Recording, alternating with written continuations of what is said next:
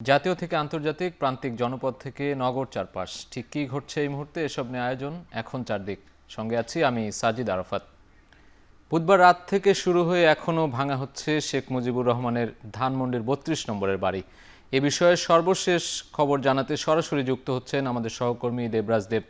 দেবরাজ, শুনতে পাচ্ছেন নিশ্চয়ই? এই মুহূর্তে ৩২ নম্বরের কি পরিস্থিতি দেখছেন আমাদেরকে জানাবেন। সাজিদ, ধন্যবাদ।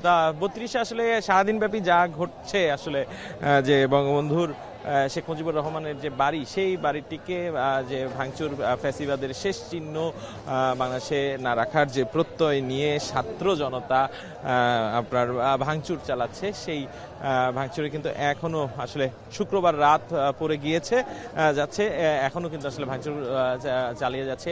আমরা সারাদিনে দেখেছিলাম, রাতেই কিন্তু এক্সকেভেটর মেশিনের মাধ্যমে এই বাড়িটি গুড়িয়ে দেওয়ার কাজ শুরু হয়েছিল। সারাদিন ব্যাপী সেটি করলেও আসলে অর্ধেকের মতো আসলে ভাঙতে পেরেছিল এক্সকেভেটর দিয়ে। এর মধ্যে যে গাছগুলো রয়েছে সেগুলো আসলে উপড়ে ফেলা হয়েছে। আমরা দেখতে পাচ্ছি যে এর পরপরই কিন্তু এক্সকেভেটর মেশিনগুলো চলে যাওয়ার পর এই ধানমন্ডি ৩২-এর শেখ মুজিবুর রহমানের যে বাড়িটি এবং তার পেছনে আওয়ামী লীগের যে গবেষণা সেল সিআরআই, সেখানে কিন্তু ভাঙচুর হয়েছে। এখন এই মুহূর্তে আসলে এক্সকেভেটর মেশিন নেই, কিন্তু সাধারণ অনেক উৎসুক মানুষ এসেছেন, তারা দেখছেন, ছবি তুলছেন, নানা রকম স্মৃতি নিয়ে যাওয়ার জন্য অনেকে ইট নিয়ে যাচ্ছেন, অনেকে রড নিয়ে যাচ্ছেন। এখান থেকে আমরা দেখতে পেয়েছি এসি, ফ্রিজ, লিফট, এগুলোও নিয়ে যাওয়া হচ্ছে। এবং এখন এই মুহূর্তে অনেককে দেখতে পাচ্ছি যে আমরা যে লোহার কাটার মেশিন দিয়ে রড কেটেও কিন্তু নিয়ে যাচ্ছে, রিকশায় করে কিন্তু মালামাল এগুলো অনেকেই তাদের স্মৃতি চিহ্ন হিসেবে নিয়ে যাচ্ছেন আমরা দেখতে পাচ্ছি। এবং সেই সাথে আমরা এখানে যে ধানমন্ডি ৩২-এর যে বাড়িটি রয়েছে, সেই বাড়ির ঠিক বিপরীত পাশে যেখানে স্মৃতিস্তম্ভ ছিল, সেখানে আমরা দেখতে পেয়েছি যে গরু জবাই করা হয়েছে এবং গরু জবাইয়ের পরে এখন সেখানে রান্না চলছে। মানুষ সেই যে গরু দিয়ে আসলে যে খিচুড়ি, সেই খিচুড়ি গরু খাওয়ার জন্য ওখানে অনেক মানুষ আসলে অপেক্ষা করছে। আমরা স্বল্পতার জন্য আসলে অত দূর যেতে পেরে দর্শককে দেখাতে পাচ্ছি না। আপনারা দেখতে পাচ্ছেন যে যার মতো আসলে যতটুকু পারছে নিয়ে যাচ্ছে। এবং আমি একটু বলে রাখি যে গত ৫ আগস্ট আওয়ামী লীগ সরকারের পতনের পর কিন্তু এই ৩২-এর যে বাড়িটি রয়েছে, এই বাড়িতে আগুন দেওয়া হয় এবং সে সময় কিন্তু লুটপাট ভাঙচুর এগুলো করা হয়। তবুও সরকারি তত্ত্বাবধানে সেগুলো বন্ধ করে রাখার পরে কিন্তু সেই ভাঙচুরটা বন্ধ হয়েছিল সে সময়। কিন্তু পরবর্তীতে দেখা যাচ্ছে যে গতকাল অর্থাৎ বুধবার শেখ হাসিনার যে আওয়ামী লীগের ফেসবুক পেজ থেকে লাইভে আসার খবরে কিন্তু আবারও আসলে এই ধানমন্ডি ৩২-এর বাড়িটির উপরে হামলা করা হয় এবং এই হামলার প্রেক্ষিতে এবার এক্সকেভেটর মেশিন দিয়ে একদম গুড়িয়ে ফেলা হয় একদম বাড়িটিকে। যতক্ষণ আসলে বাড়িটি নিঃশেষ হবে না, শেষ চিহ্ন পর্যন্ত আপনার এই ছাত্র জনতা এখানে থাকবে বলেছে এবং সেটু ভাঙার চেষ্টা। তো এছাড়া কিন্তু আমরা বিভিন্নভাবে খবরে দেখতে পেয়েছি যে সারা বাংলাদেশেই আসলে সাধারণ মানুষ কিন্তু আওয়ামী লীগ নেতাদের বাড়ি ঘরে গিয়ে হামলা করছে, গুড়িয়ে দিচ্ছে, আমরা কিন্তু সেই খবরও পেয়েছি। তো এখনো দেখতে পাচ্ছেন যে আসলে ৩২-এর এই বাড়িকে কেন্দ্র করে ছাত্র জনতার এখনো রাত ১২টা বেজে গেলেও কিন্তু অনেক ভিড় আছে এবং তারা আসলে দেখতেও এসছে এবং এই যে ক্ষমতাচ্যুত আওয়ামী লীগ সরকারের যে শেষ চিহ্ন, সেটিও ধ্বংস হওয়ার পথে এবং সেটির স্মৃতি রক্ষার্থেই অনেকেই এসেছেন এখানে। তো সাজিদ আরাফাত, এই ছিল আমার কাছে সর্বশেষ তথ্য। ধানমন্ডির ৩২ নম্বর বাড়ির সবশেষ খবর জানাচ্ছিলেন আমাদের সহকর্মী দেবরাজ দেব। চলে যাচ্ছি পরের প্রসঙ্গে। রাষ্ট্রবিরোধী ষড়যন্ত্রের অভিযোগে অভিনেত্রী মেহের আফরোজ শাওনকে রাজধানীর ধানমন্ডির নিজ বাসা থেকে আটক করেছে গোয়েন্দা পুলিশ। নেওয়া হয়েছে ডিবি কার্যালয়ে। শাওনকে রাষ্ট্রীয় ষড়যন্ত্রের ব্যাপারে জিজ্ঞাসাবাদ করা হবে বলে জানিয়েছেন ডিবি পুলিশ। রাত ৮টার দিকে ধানমন্ডির বাসা থেকে তাকে আটক করা হয়। অন্যদিকে সন্ধ্যা ৬টার দিকে বিক্ষুব্ধ জনতা জামালপুরে অবস্থিত শাওনের বাড়িতে আগুন দিয়েছে বলে জানা গেছে।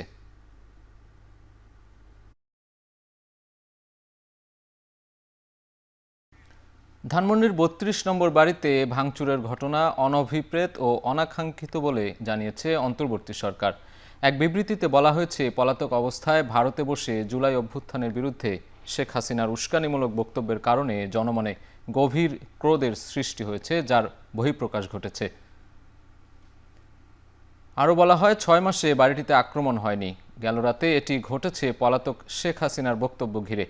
যেখানে জুলাই গণ অভ্যুত্থানে যারা আত্মদান করেছেন, শেখ হাসিনা তাদেরকে অপমান করেছেন। শহীদদের মৃত্যু সম্পর্কিত অবান্তর, আজগুবি ও বিদ্বেষমূলক কথা বলে পলাতক শেখ হাসিনা জুলাই গণ অভ্যুত্থানকে অবজ্ঞা করেছেন। গণ অভ্যুত্থানের মুখে পালিয়ে যাওয়ার পরও হাসিনা দেশে অস্থিতিশীলতা সৃষ্টির হুমকি দিয়েছেন। মানুষের মনে জুলাই গণহত্যা নিয়ে যে ক্ষত রয়েছে, সে ক্ষততে শেখ হাসিনা একের পর এক আঘাত করে চলেছেন। তার এই সহিংস আচরণের প্রতিক্রিয়া হিসেবে ৩২ নম্বরের বাড়ি ভাঙচুরের ঘটনা ঘটেছে।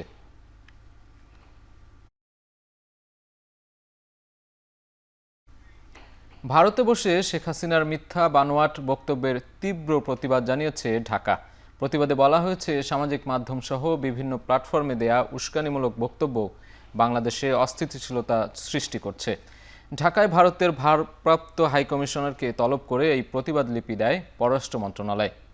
ঢাকায় ভারতের ভারপ্রাপ্ত হাইকমিশনারকে তলব করে এই প্রতিবাদ লিপি দেয় পররাষ্ট্র মন্ত্রণালয়। শেখ হাসিনার এমন মিথ্যা বক্তব্য বাংলাদেশের জনগণের অনুভূতিতে আঘাত করছে উল্লেখ করে প্রতিবাদে বলা হয়, এই ধরনের কর্মকাণ্ড বাংলাদেশের প্রতি ভারতের শত্রুতার বহিঃপ্রকাশ, যা দুদেশের মধ্যে সুস্থ সম্পর্কের জন্য সহায়ক নয়। তার সাম্প্রতিক বক্তব্যগুলি ছিল অত্যন্ত বেশি আক্রমণাত্মক, যে কারণে হয়তো এই ইয়াং জেনারেশনের সেন্টিমেন্টের সাথে শক্ত খুব বেশিভাবে লেগেছে। তারা আমাদেরকে যা জানিয়েছে তা হলো যে তারা তাকে কোনো প্ল্যাটফর্ম দিচ্ছে না, কিন্তু উনি তার ফোন ব্যবহার করে কিছু করছেন, এবং যে প্ল্যাটফর্মগুলি ব্যবহার করছেন সেগুলি তো হলো আন্তর্জাতিক, আমেরিকা ভিত্তিক ইত্যাদি ইত্যাদি।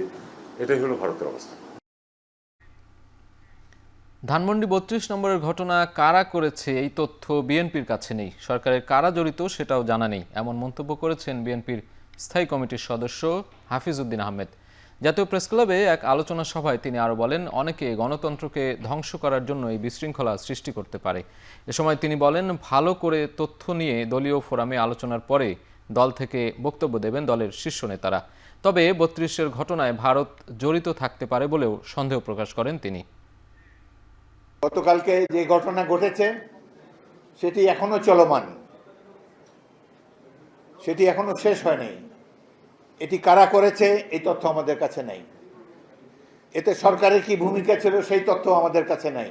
আগামী দিনে গণতন্ত্রের পথে বাধা হয়ে দাঁড়াতে পারে, এই জন্য কেউ কেউ হয়তো বিশৃঙ্খলা সৃষ্টি করার চেষ্টা করতে পারেন, এবং বিশেষ করে এর মধ্যে প্রতিবেশী রাষ্ট্রের কোনো হস্তক্ষেপ আছে কিনা সেটিও আমরা জানার চেষ্টা করব। পলাতক শেখ হাসিনার বক্তব্যের জেরে উত্তাল সারা দেশ। বৃহস্পতিবার সকাল থেকে দেশের বিভিন্ন জেলায় শেখ মুজিবুর রহমানের মুরাল সহ আওয়ামী লীগের কার্যালয়ে ভাঙচুর করে বিক্ষুব্ধ ছাত্র জনতা। ফ্যাসিবাদের কোনো চিহ্ন না রাখার ঘোষণা দিয়ে নোয়াখালীতে ওবায়দুল কাদেরের বাড়িতে হামলা চালায় বিক্ষুব্ধ ছাত্র জনতা। এছাড়া ভোলায় তোফায়েল আহমেদের বাড়িতে ভাঙচুরের পর সকালে আগুন দেয় বিক্ষুব্ধ জনতা। ধ্বংসস্তূপে পরিণত হয় আমির হোসেন আমু এবং সাবেক চিফ হুইপ শেখ হাসিনার ফুফাতো ভাই আবুল হাসনাত আবদুল্লাহ এবং সাবেক মেয়র সাদেক আবদুল্লাহর বাসভবনও। খুলনার শেরেবাংলা রোডের শেখ বাড়িটিতে বুধবার রাতে বুলডোজার থেকে গুঁড়িয়ে দেওয়া হয় গোটা অবকাঠামো। এছাড়া রাজশাহীতে সাবেক পররাষ্ট্র প্রতিমন্ত্রী শাহরিয়ার আলমের বাসায় ও গার্মেন্টস প্রশিক্ষণ কেন্দ্রে অগ্নিসংযোগ ও ভাঙচুর চালিয়েছে বিক্ষুব্ধ জনতা। একই সময়ে ঝালকাঠিতে সাবেক মন্ত্রী আমির হোসেন আমুর বাড়ি ভাঙচুর করে বৈষম্য বিরোধী ছাত্র আন্দোলনের শিক্ষার্থীরা। এদিকে কুমিল্লায় জেলা ও দায়রা জজ আদালত প্রাঙ্গণে বুলডোজার দিয়ে শেখ মুজিবুর রহমানের মুরাল ভেঙেছে শিক্ষার্থীরা। এছাড়া নাটোর, টাঙ্গাইল, ফেনী, লক্ষ্মীপুর, কিশোরগঞ্জ সহ সারা দেশের বিভিন্ন জেলা আওয়ামী লীগের কার্যালয়ে ভাঙচুর চালানো হয়।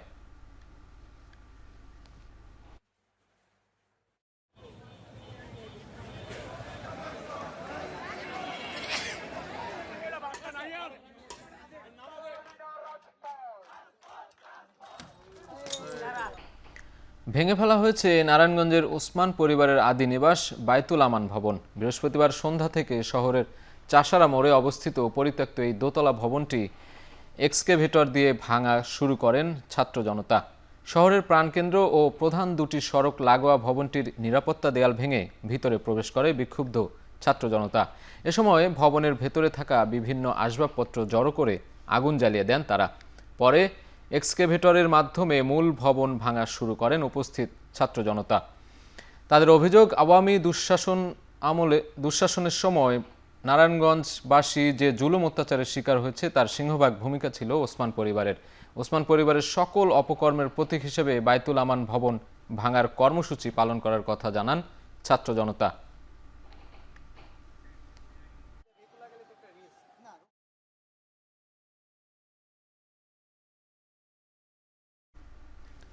যত দ্রুত সম্ভব আওয়ামী লীগের আমলের আলোচিত আয়নাঘর পরিদর্শনে যাবেন অন্তর্বর্তী সরকারের প্রধান উপদেষ্টা অধ্যাপক ডক্টর ইউনূস। এ সময় দেশি বিদেশি মিডিয়া প্রধান উপদেষ্টার সঙ্গে থাকবেন। 2009 সালের 6 জানুয়ারি থেকে 2024 সালের 5 আগস্ট পর্যন্ত গুমের ঘটনাগুলো তদন্ত করতে অন্তর্বর্তী সরকার গেল 27 আগস্ট কমিশন গঠন করে। কমিশনে বিভিন্ন বাহিনী সহ সরকারের বিভিন্ন সংস্থার বিরুদ্ধে প্রায় 1700 অভিযোগ জমা পড়ে। এখনও নিখোঁজ কয়েকশো মানুষ। দেশে 15 বছরে সংঘটিত বিভিন্ন গুমের ঘটনায় নির্দেশদাতা হিসেবে শেখ হাসিনার সম্পৃক্ততার প্রমাণ পেয়েছে গুম সংক্রান্ত কমিশন। গত 19 জানুয়ারি গুম সংক্রান্ত তদন্ত কমিশন জয়েন্ট ইন্টারোগেশন সেল বা আয়নাঘর পরিদর্শনে প্রধান উপদেষ্টাকে অনুরোধ জানান কমিশনের সদস্যরা। কমিশনের আহ্বানে সাড়া দিয়ে আয়নাঘর পরিদর্শনে যাওয়ার আশ্বাস দেন প্রধান উপদেষ্টা। শিগগিরই আয়নাঘর পরিদর্শনে যাওয়ার সিদ্ধান্তের কথা জানান প্রধান উপদেষ্টা সহ অন্যান্যরা। এছাড়া বৈঠকে সিদ্ধান্ত হয় রমজানে দ্রব্যমূল্য স্থিতিশীল রাখার লক্ষ্যে টিসিবির মাধ্যমে পণ্য পরিবহন, ব্যাপক হারে আমদানি ও সুষ্ঠু সরবরাহ নিশ্চিত করা হবে। সবাই রমজানে লোডশেডিং না রাখা এবং বিদ্যুৎ সরবরাহ স্বাভাবিক রাখার বিষয়েও আলোচনা হয়। 5 আগস্টের পর ছাত্র রাজনীতিতে গুণগত পরিবর্তন এসেছে বলে দাবি করেছেন ঢাকা বিশ্ববিদ্যালয়ের উপাচার্য অধ্যাপক নিয়াজ আহমেদ খান। গতানুগতিক রাজধানী থেকে বের হয়ে শিক্ষার্থীদের সম্প্রীতি রাজনীতি করার আহ্বান জানান তিনি। বৃহস্পতিবার সকালে ঢাকা বিশ্ববিদ্যালয় টিএসসিতে ছাত্র অধিকার পরিষদ আয়োজিত উদ্যোক্তা মেলার উদ্বোধনী অনুষ্ঠানে উপাচার্য বলেন, উদ্যোক্তাদের সহযোগিতা করা উচিত, এটি সার্বজনীন কাজ। এ সময় গণ অধিকার পরিষদের সভাপতি নুরুল হক নূর বলেন, ক্যাম্পাসগুলোতে সুষ্ঠু ধারা ছাত্র রাজনীতি ফিরিয়ে আনার যে সুযোগ এসেছে তা কাজে লাগাতে হবে। এজন্য সব রাজনৈতিক দলকে এগিয়ে আসার আহ্বান জানান তিনি। 2 দিনের এই মেলায় 35টি স্টলে বিভিন্ন পণ্য নিয়ে হাজির হয়েছেন উদ্যোক্তারা। মেলায় পণ্যের প্রদর্শনী ও বিক্রিতে খুশি পড়াশোনার পাশাপাশি উদ্যোক্তা হওয়া শিক্ষার্থীরা। আমাদের বিশ্ববিদ্যালয়ে জিন্দাবাদ মুর্দাবাদের রাজনীতি না করে সমাজকে সাথে নিয়ে সমাজের উপকার হয়, ছাত্রদের উপকার হয়, শিক্ষার্থীদের উপকার হয়, অভিভাবকদের উপকার হয়, এমন রাজনীতি আমরা চাই। অন্ধ দলীয়পনার বাইরে বেরিয়ে আসতে চাই। ঢাকা বিশ্ববিদ্যালয় সহ অন্যান্য বিশ্ববিদ্যালয় এবং কলেজে নিয়মিত ছাত্র সংসদ নির্বাচনগুলো খুব জরুরি। ছাত্র সংসদ নির্বাচনগুলো যদি থাকে তাহলে শিক্ষা প্রতিষ্ঠানে এই দখলদারি, চাঁদাবাজি কিংবা শিক্ষার্থীদের নিপীড়ন করার এই কর্তৃত্ববাদী ছাত্র রাজনীতির নামে যে অপরাজনীতি, সেই অপরাজনীতি থাকবে না। নিষিদ্ধ সংগঠন ছাত্রলীগের বিচার নিয়ে অন্তর্বর্তী সরকারের উদাসীনতা রয়েছে বলে অভিযোগ করেছেন ছাত্রদলের সাধারণ সম্পাদক নাসির উদ্দিন। বৃহস্পতিবার সকালে ঢাকা কলেজে মার্চ ফর জাস্টিস কর্মসূচিতে যোগ দিয়ে কথা বলেন তিনি। হত্যা নির্যাতনে জড়িত ছাত্রলীগ নেতাকর্মীদের দ্রুত বিচারের দাবি জানান নাসির। এদিন ঢাকা কলেজ অধ্যক্ষকে স্মারকলিপি দিয়েছে ছাত্রদল। এ সময় দ্রুত তদন্ত কমিটি গঠনের আশ্বাস দিয়েছেন ঢাকা কলেজ অধ্যক্ষ। শেষে ক্যাম্পাসে বিক্ষোভ মিছিল করে ঢাকা কলেজ ছাত্রদল।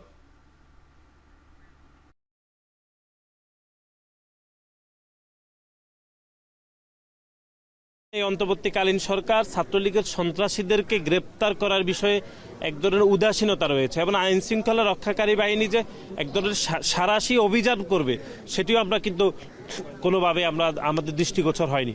সেজন্য ছাত্রলীগের সন্ত্রাসীদেরকে গ্রেপ্তার এবং বিচারের দাবি, সে আওয়ামী লীগের দোষরদেরকে তদন্তের মাধ্যমে বিচারের দাবি করছি। জুলাই অভ্যুত্থানে সংগঠিত হত্যাকাণ্ডে অভিযুক্ত আওয়ামী লীগের বিচার দাবিতে শাহবাগ অবরোধ কর্মসূচি পালন করেছে শহীদ পরিবারের সদস্যরা। বৃহস্পতিবার সকালে শাহবাগ মোড়ে অবস্থান নিয়ে পরিবারগুলো জানায়, জুলাই আগস্ট গণহত্যার 6 মাস পর হলেও এখনও অভিযুক্তদের বিচারের আওতায় নিয়ে আসা হয়নি। অন্তর্বর্তী সরকারের বিরুদ্ধে অভিযোগ তুলে তারা বলেন, ফ্যাসিবাদের দোসররা সরকারে জায়গা করে নেয় বিচারে বিলম্ব হচ্ছে। দ্রুত সময়ের মধ্যে গণহত্যার দায়ে শেখ হাসিনার সর্বোচ্চ শাস্তি নিশ্চিতের দাবিও জানান তারা। এ সময় দ্রুত হত্যাকাণ্ডের বিচার না হওয়া পর্যন্ত রাজপথেই থাকার কথা জানান শহীদ পরিবারের সদস্যরা। আমার ছেলে শহীদ হয়েছে আজকে দিকে তো 7 মাস, 20 জুলাই মারা গেছে। এই পর্যন্ত একজন খুনি এই পেছনে হাসিনার দোষরদেরকে অ্যারেস্ট করা হয় নাই। আজকে আমাদের রাজপথে আসার কথা ছিল না ভাই, কেন আমরা রাজপথে আসবো? এখনো কেন বিচার হচ্ছে না? আমার ছেলে শহীদ হয়েছে, আরো শত শত মায়ের ছেলে শহীদ হয়েছে। আমি আমার ছেলে হত্যার বিচার চাই। আমি এই সরকারের কাছে আর কোনো কিছু চাই না।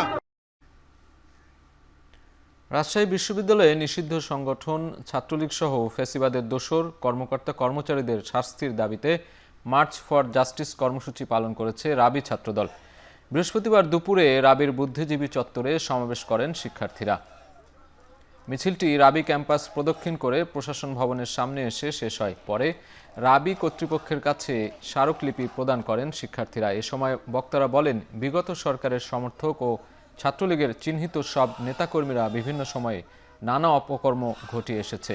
রাবির বিভিন্ন দপ্তর ও হলে যে সকল শিক্ষার্থী বা কর্মকর্তারা রাজনৈতিকভাবে নানা অন্যায় অনিয়মের সাথে যুক্ত ছিলেন, দ্রুত সময়ের মধ্যে তাদের আইনের আওতায় এনে শাস্তির দাবি জানান আন্দোলনকারীরা।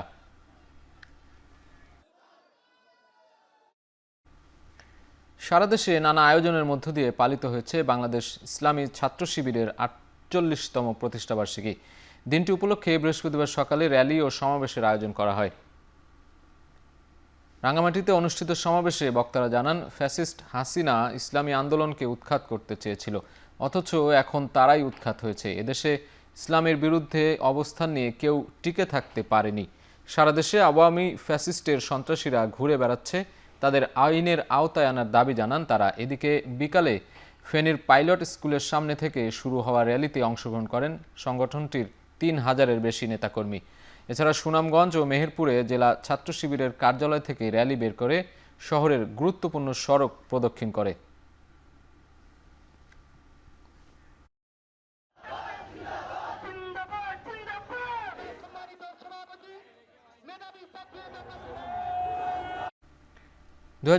থেকে ২০২৩ সাল পর্যন্ত দেশে ১৬ লাখ কোটি টাকার উন্নয়ন কাজে ৭ লাখ কোটি টাকার দুর্নীতির প্রমাণ পেয়েছে অর্থনীতি বিষয়ক শ্বেতপত্র প্রণয়ন কমিটি। বৃহস্পতিবার দুপুরে চট্টগ্রামে সংস্কার, নির্বাচন, সমন্বয় ও জাতীয় ঐক্যমত্য নিয়ে সংলাপে এসব কথা বলেন শ্বেতপত্র প্রণয়ন কমিটির সদস্য ডক্টর এ.কে.এম. এনামুল হক। তিনি বলেন, এসব দুর্নীতির ৪৫% করেছেন আমলারা, ৪০% করেছেন রাজনীতিবিদ ও ১৫% করেছেন ব্যবসায়ীরা। অথচ দেশে রাজনীতিবিদদের বিচার হলেও আমলাদের বিরুদ্ধে ব্যবস্থা নেওয়া হচ্ছে না। এর প্রধান কারণ নির্বাচন না হওয়া। দেশে সময়মতো অবাধ নির্বাচন হলে এ যাত্রায় দুর্নীতি বাড়ত না। এ সময় বক্তারা বলেন, দেশে সংস্কার আগে না নির্বাচন আগে তা নিয়ে জাতি দুই ধারায় বিভক্ত হয়ে গেছে। ন্যূনতম ও প্রয়োজনীয় সংস্কার না হয়ে নির্বাচন হলে আগামীতে আরও ভয়াবহ ফ্যাসিজম তৈরি হতে পারে। ঢাকা চট্টগ্রাম বিভাগে সরকারি প্রাথমিক বিদ্যালয়ে সহকারী শিক্ষক পদে উত্তীর্ণ ৬,৫৩১ জনের নিয়োগ বাতিল করে আদালতের রায়ের বিরুদ্ধে হাইকোর্টে বিক্ষোভ করছেন ভুক্তভোগীরা। বৃহস্পতিবার চূড়ান্ত তালিকা থেকে বাদ পড়া ৩০ জনের রিটের চূড়ান্ত আবেদনের শুনানি শেষে বিচারপতি ফাতেমা নজিব ও বিচারপতি শিকদার মাহমুদুর রাজির হাইকোর্ট বেঞ্চ এ রায় দেন। একই সাথে আদালত মেধার ভিত্তিতে পুনরায় নিয়োগ দেওয়ার নির্দেশও দিয়েছেন। ২০২৪-এর জুলাইয়ে সরকারি চাকরিতে কোটা পদ্ধতি বাতিল করে রায় দেন আপিল বিভাগ। এ রায়ের ফলে কোটার ভিত্তিতে নিয়োগ পাওয়া ৬,৫৩১ জনের নিয়োগ অনিশ্চয়তার মধ্যে পড়ে, যা বাতিলের চূড়ান্ত সিদ্ধান্ত জানান উচ্চ আদালত। এদিকে এ রায়ের প্রতিবাদে নজিরবিহীনভাবে আদালতের সামনেই বিক্ষোভ করেন নিয়োগ বঞ্চিতরা।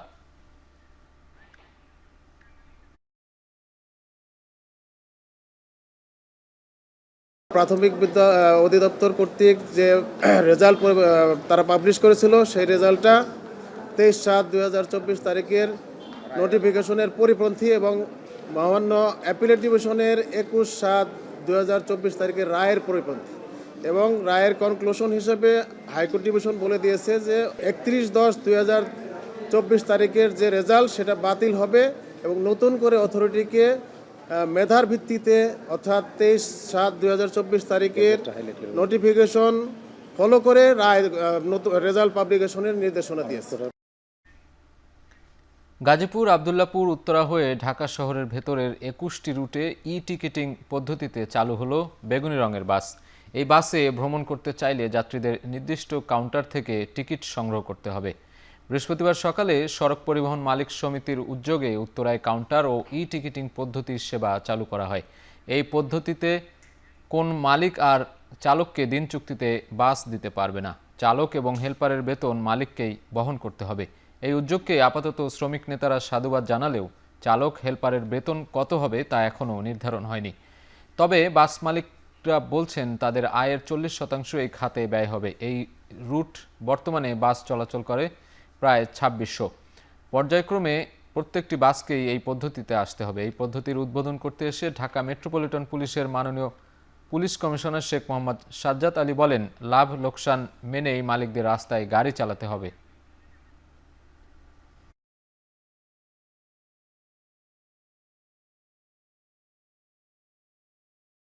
ঢাকা মহানগরীতে যে ভঙ্গুর ট্রাফিক ব্যবস্থা, সেই ভঙ্গুর ট্রাফিক ব্যবস্থা থেকে উত্তরণের জন্য প্রথম পদক্ষেপ। কিন্তু এই ট্রাফিক ব্যবস্থা এত ভঙ্গুর, এত বিশৃঙ্খল, সেটি আর উপস্থাপনের যোগ্য নেই। একটি বাস আর একটি বাসকে গরু মহিষের মতো পিছন দিক দিয়ে ধাক্কা মারে। এটা থেকে আমাদের বের হয়ে আসতে হবে। সাভারের আশুলিয়ায় অবৈধভাবে ইটভাটা পরিচালনা করার দায়ে অভিযান চালিয়ে এক ইটভাটা মালিককে 10 লাখ টাকা জরিমানা করা হয়েছে উপজেলা প্রশাসনের পক্ষ থেকে। ভেঙে দেওয়া হয়েছে 3টি ইটভাটা। সকালে সাভার উপজেলা নির্বাহী কর্মকর্তা আবু বকর সরকারের নেতৃত্বে অভিযান পরিচালনা করা হয়। এ সময় অবৈধভাবে ইটভাটা পরিচালনা করার দায়ে 7 স্টার নামে একটি ইটভাটা ভেঙে দেওয়া হয়। জরিমানা করা হয় 10 লাখ টাকা। এছাড়া ভাকুরতার বিলামালিয়া এলাকায় কাঠ পুড়িয়ে ইট প্রস্তুতের দায়ে 2টি এবং টায়ার পুড়িয়ে ফার্নেস অয়েল তৈরির দায়ে আরও একটি ইটভাটা ভেঙে দেওয়া হয়। এ সময় পরিবেশ দূষণ করে ইটভাটা পরিচালনা করলে তাদের বিরুদ্ধে অভিযান অব্যাহত থাকবে বলে জানান উপজেলা প্রশাসনের নির্বাহী কর্মকর্তা।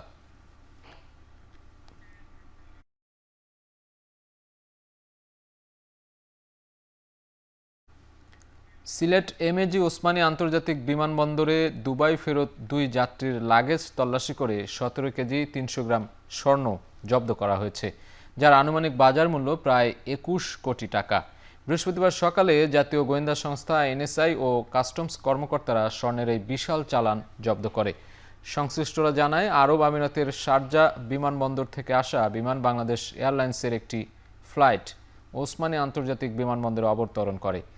এ সময় 2 যাত্রীর আচরণ সন্দেহজনক মনে হলে তাদের লাগেজ তল্লাশি করে নিরাপত্তা বাহিনী। পরে উদ্ধার করা হয় 17 কেজি 300 গ্রাম স্বর্ণ। চোরাচালানে জড়িত ওই 2 বাংলাদেশি যাত্রীকে আটক করা হয়েছে। বঙ্গবন্ধু শেখ মুজিবুর রহমান মেডিকেল বিশ্ববিদ্যালয়ের নাম ফলক ভাঙচুর করছেন একদল শিক্ষার্থী। এ বিষয়ে সর্বশেষ জানাতে সেখান থেকে সরাসরি যুক্ত হচ্ছেন সহকর্মী দেবরাজ দেব। দেবরাজ, এই মুহূর্তে সেখানে রয়েছেন, আপনি কি দেখছেন পরিস্থিতি? সাজিদ, বলছিলাম আসলে আগের লাইভে ছিলাম আমরা ধানমন্ডি 32-এ। সেখানে যে বঙ্গবন্ধু শেখ মুজিবুর রহমানের যে বাড়িটি রয়েছে সেটি ভাঙা ঘুরিয়ে দেওয়া হয়েছে ভেঙে, এবং সেখানেও সাধারণ মানুষরা ছিল। এবং সেই 32-এর বাড়ির সাথে সাথে কিন্তু সারা দেশেই আপনার যে আওয়ামী লীগ এবং শেখ মুজিবুর রহমানের যে স্মৃতি চিহ্ন সেগুলো কিন্তু যে ভাঙচুর ধ্বংস করার কার্যক্রম কিন্তু চলমান রয়েছে। আমরা এই মুহূর্তে রয়েছি শাহবাগে, যেটির বর্তমান নাম বঙ্গবন্ধু মেডিকেল বিশ্ববিদ্যালয়। সেই বিশ্ববিদ্যালয়ের নাম ফলক ভাঙার উদ্দেশ্যে একদল শিক্ষার্থী হাসপাতালের গেটে কিন্তু বিক্ষোভ করছে। তবে এই যে আপনার মেডিকেল বিশ্ববিদ্যালয়টি রয়েছে, এটি যে নাম ফলকটি রয়েছিল সেটি ইতিমধ্যেই কিন্তু আসলে 5 আগস্টের পরবর্তী সময়ে কিন্তু ভাঙচুর করা হয়েছিল, এবং এরপরে কিন্তু এই 6 মাস পরে কিন্তু আবারও আসলে একদল শিক্ষার্থী এখানে এসেছে এবং এই নাম ফলক ভাঙার চেষ্টা করছে এবং এখানে তারা ছোট সমাবেশ করছে মাইকের মাধ্যমে, কিন্তু এই হাসপাতালের গেটে আসলে তারা তাদের বক্তৃতা দিচ্ছে এবং সেখানে কিন্তু তারা যে আপনার বিগত আওয়ামী লীগ সরকারের নানা যে দুর্নীতি এবং নানা রকম নিপীড়নের কথা তুলে ধরছে এবং সেই সাথে তারা এই বঙ্গবন্ধু শেখ মুজিবুর রহমান মেডিকেল বিশ্ববিদ্যালয়ের নাম পরিবর্তন করে পিজি হাসপাতাল যে নামটি ছিল পূর্ববর্তী সময়ে সেই নামেই কিন্তু আসলে ফেরত যাওয়ার কিন্তু দাবি তারা করছে এবং এখানে কিন্তু আমরা দেখতে পাচ্ছি যে বেশ কিছু মানুষ কিন্তু এখানে এসেছে। তবে এখানে যারা আসলে যারা রোগীর স্বজনরা রয়েছে তারা একটু এই ব্যাপারটিকে বলছিলেন যে মাইক ব্যবহার না করে যদি তাদের যে কার্যক্রম সেটি চালায় সেক্ষেত্রে রোগীদের ক্ষেত্রে সুবিধা হবে। তো এছাড়াও আমরা দেখতে বলছিলাম যে আসলে সারা দেশেই আওয়ামী লীগ সরকারের পতনের পর নানা স্থাপনায় কিন্তু এই আওয়ামী লীগের শেষ চিহ্নকে শেষ করে দেওয়ার উদ্দেশ্যেই কিন্তু ছাত্র জনতা নানা রকম কার্যক্রম সারা 6 মাস জুড়েই করেছিল এবং তারই প্রেক্ষিতে গত 5 ফেব্রুয়ারি বুধবার যে সাবেক প্রধানমন্ত্রী শেখ হাসিনা ফেসবুক পেজের লাইভের মাধ্যমে এসে বক্তৃতা দেওয়ার প্রতিবাদে গতকালই কিন্তু আসলে এই ধানমন্ডি 32-এর বাড়ি ঘুরিয়ে দেওয়ার বুলডোজার মিছিলের আয়োজন করা হয়। সেখান থেকে আপনার সেই বাড়িটি ভেঙে ফেলা হয়, রাতে অগ্নিসংযোগ করা হয় এবং আজকে সারাদিনও বুলডোজার দিয়ে আমরা কিছুক্ষণ আগে দেখছিলাম মধ্যরাত হয়ে গেছে, এখনও মানুষ সেখানে উৎসুক জনতাও রয়েছে এবং সেই সাথে মানুষজন এসে কিন্তু এই ভাঙচুরে অংশগ্রহণ করছে এবং নানা রকম আসলে জিনিসপত্রও নিয়ে যাচ্ছে আমরা যেটা দেখতে পেয়েছিলাম এবং সেই প্রেক্ষিতে সারা দেশের সাথে সাথে এই বঙ্গবন্ধু মেডিকেলের নাম পরিবর্তন করার জন্য কিন্তু একদল শিক্ষার্থী এখানে কিন্তু সমাবেশ করছে। আমরা তাদের সাথে কথা বলেছিলাম, তারা আমাদের আসলে পরিচয় দিয়েছিল তারা ঢাকা বিশ্ববিদ্যালয়ের শিক্ষার্থী, তবে তাদের সাথে আরও বিশ্ববিদ্যালয়ের বাইরের কিছু শিক্ষার্থী এখানে কিন্তু উপস্থিত রয়েছে। তো আমরা দেখতে পাচ্ছিলাম আসলে এই যে নাম ফলকটি রয়েছে সেটি কিন্তু ইতিমধ্যে মুছে ফেলার আছে। আসলে এখানে তাদের নাম পরিবর্তনের যে দাবিটি, অর্থাৎ বঙ্গবন্ধু শেখ মুজিবুর মেডিকেল বিশ্ববিদ্যালয় থেকে পিজি হাসপাতালে যে পরিবর্তন, আগের যে নাম পিজি সেই নামে চলে যাওয়ার দাবি জানাচ্ছে এই শিক্ষার্থীরা। তো সাজিদ, আমার কাছে শাহবাগ মোড় থেকে এই ছিল সর্বশেষ তথ্য। শেখ মুজিব মেডিকেল বিশ্ববিদ্যালয়ের থেকে সবশেষ যুক্ত ছিলেন সহকর্মী দেবরাজ দেব। ছাত্র শিবিরের 48তম প্রতিষ্ঠাবার্ষিকী উপলক্ষে দুর্বার 2025 শিরোনামে অদম্য মেধাবী সংবর্ধনা নামে প্রতিবন্ধী শিক্ষার্থীদের বিশেষ সম্মাননা স্মারক উপহার দেয় সংগঠনটি। বৃহস্পতিবার বিকালে ঢাকা বিশ্ববিদ্যালয়ের বটতলায় এ সংবর্ধনা অনুষ্ঠানের আয়োজন করে ছাত্র শিবির। সংগঠনটির সভাপতি জাহিদুল ইসলাম বলেন, মানুষের কাছে শিবিরকে দানব হিসেবে উপস্থাপনের ন্যারেটিভ তৈরি করা হয়েছিল। দেশের সবচেয়ে নির্যাতিত ছাত্র সংগঠন উল্লেখ করে বলেন, মানবাধিকার হরণ করে দলের নেতাকর্মীদের খুন ও গুমের শিকার হতে হয়েছে। এ সময় মেধা ও সততা নিয়ে সবাইকে নিয়ে দেশ গড়ার কথা জানিয়ে প্রতিবন্ধী জনগোষ্ঠী ও শিক্ষার্থীদের পাশে থাকার কথাও জানান তিনি।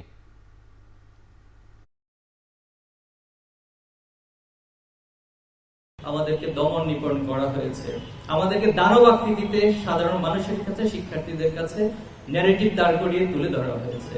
তো এখন যেহেতু 5ই আগস্ট পরবর্তী বাংলাদেশ আমরা সুযোগ পেয়েছি, আমরা আমাদের আগের কার্যক্রমগুলো ইনশাআল্লাহ আপনাদের সামনে তুলে ধরবো এবং আপনাদের সাথে অব্যাহতভাবে দুর্বার গতিতে অদম্য মেধাবীদেরকে নিয়ে আমরা কাজ করে যাব। চট্টগ্রামে শেষ হয়েছে ডিসি পার্কের মাসব্যাপী ফুলের মেলা। উৎসবের শেষ দিনে নগরের এম এ আজিজ স্টেডিয়ামে আয়োজন করা হয় জাঁকজমকপূর্ণ কনসার্ট।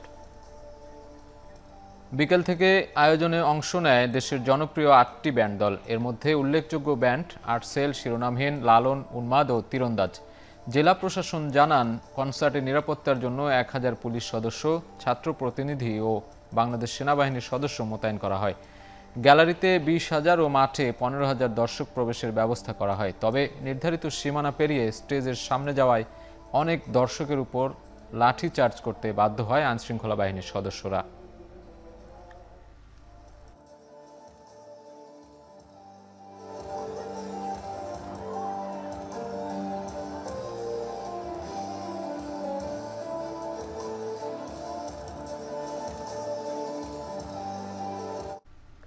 ময়মনসিংহে খাদ্য ব্যবস্থাপনার চ্যালেঞ্জ মোকাবেলায় দক্ষ যুব নেতৃত্ব তৈরি করতে ৩ দিনের food systems youth leadership training শুরু হয়েছে। বৃহস্পতিবার সকালে বাংলাদেশ কৃষি বিশ্ববিদ্যালয়ে এই ট্রেনিং শুরু হয়।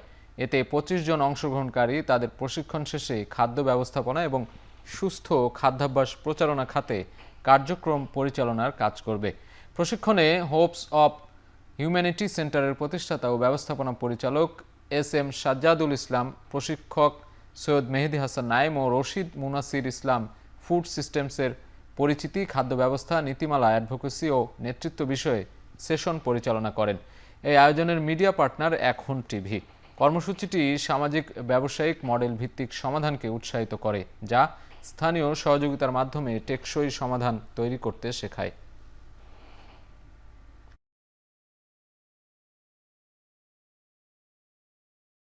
যুবদের আসলে খাদ্য ব্যবস্থাপনায় তাদের সক্রিয় অংশগ্রহণের এবং নিশ্চিত করা এবং তাদেরকে একজন সত্যিকারের চেঞ্জ মেকার হিসেবে রূপান্তর করার জন্য আমাদের এই আয়োজন, এবং তাদেরকে খাদ্য ব্যবস্থার পলিসি এবং পলিসি অ্যাডভোকেসি লেভেলে তারা কিভাবে কাজ করতে পারে, দেশের আইন ব্যবস্থায় কিভাবে পরিবর্তন আনতে পারে খাদ্য ব্যবস্থাপনায়, সেই জন্য আমরা এই কর্মশালাটা আয়োজন করেছি।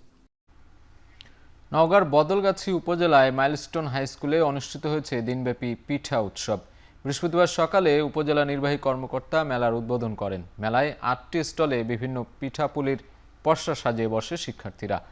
চিতই, পাকান, পাটিসাপটা, কুশলি, নকশি, দুধ খেজুর, সাতখুপি সহ অন্তত 20 থেকে 25 ধরনের পিঠার দেখা মেলে মেলায়।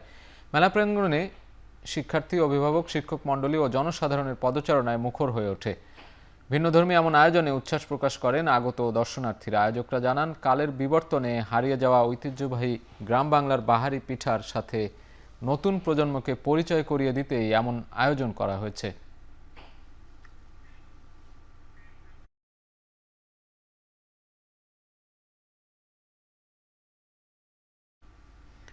তারুণ্যের উৎসব উপলক্ষে ব্রাহ্মণবাড়িয়ায় শুরু হয়েছে মাসব্যাপী লোক ও কারুশিল্প মেলা। বৃহস্পতিবার বিকেলে ব্রাহ্মণবাড়িয়ায় নিয়াজ মোহাম্মদ স্টেডিয়ামের আউটারে মেলার উদ্বোধন করেন জেলা প্রশাসক মোহাম্মদ দিদারুল আলম।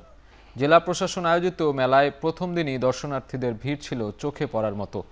বিশেষ করে সন্ধ্যার পর ভিড় বাড়তে থাকে দর্শনার্থীদের। উদ্বোধনী অনুষ্ঠানে জেলা প্রশাসনের কর্মকর্তারা ছাড়াও জেলা বিএনপির সাবেক সভাপতি হাফিজুর রহমান মোল্লা ও জেলা জামায়াতের সেক্রেটারি মোবারক হোসেন সহ বিভিন্ন রাজনৈতিক সংগঠনের নেতৃবৃন্দরা উপস্থিত ছিলেন। মেলায় লোক ও কারুশিল্প সহ বিভিন্ন পণ্যের 70টি স্টল দেয়া হয়েছে। রয়েছে দৈনন্দিন জীবনে ব্যবহার্য পণ্যের দোকান। আগামী 1 মাস এই মেলা চলবে বলে জানিয়েছেন আয়োজকরা। এবার আন্তর্জাতিক প্রসঙ্গ। গাজায় মার্কিন সৈন্য পাঠানোর কোনো পরিকল্পনা নেই বলে জানিয়েছেন যুক্তরাষ্ট্রের প্রেসিডেন্ট ডোনাল্ড ট্রাম্প। বরং তিনি মনে করেন, হামাসের সাথে সংঘাত শেষ হলে যুক্তরাষ্ট্রের কাছে গাজা পুনর্গঠনের দায়িত্ব হস্তান্তর করবে ইসরায়েল। ট্রুথ সোশ্যালের পোস্টে এই দুটি বিষয় উল্লেখ করে গাজা ইস্যুতে যুক্তরাষ্ট্রের অবস্থান পরিষ্কার করেছেন ডোনাল্ড ট্রাম্প। এর আগে মঙ্গলবার হোয়াইট হাউসের সংবাদ সম্মেলনে ট্রাম্প প্রস্তাব করেন যুক্তরাষ্ট্র গাজা পুনর্গঠনের দায়িত্ব নেবে।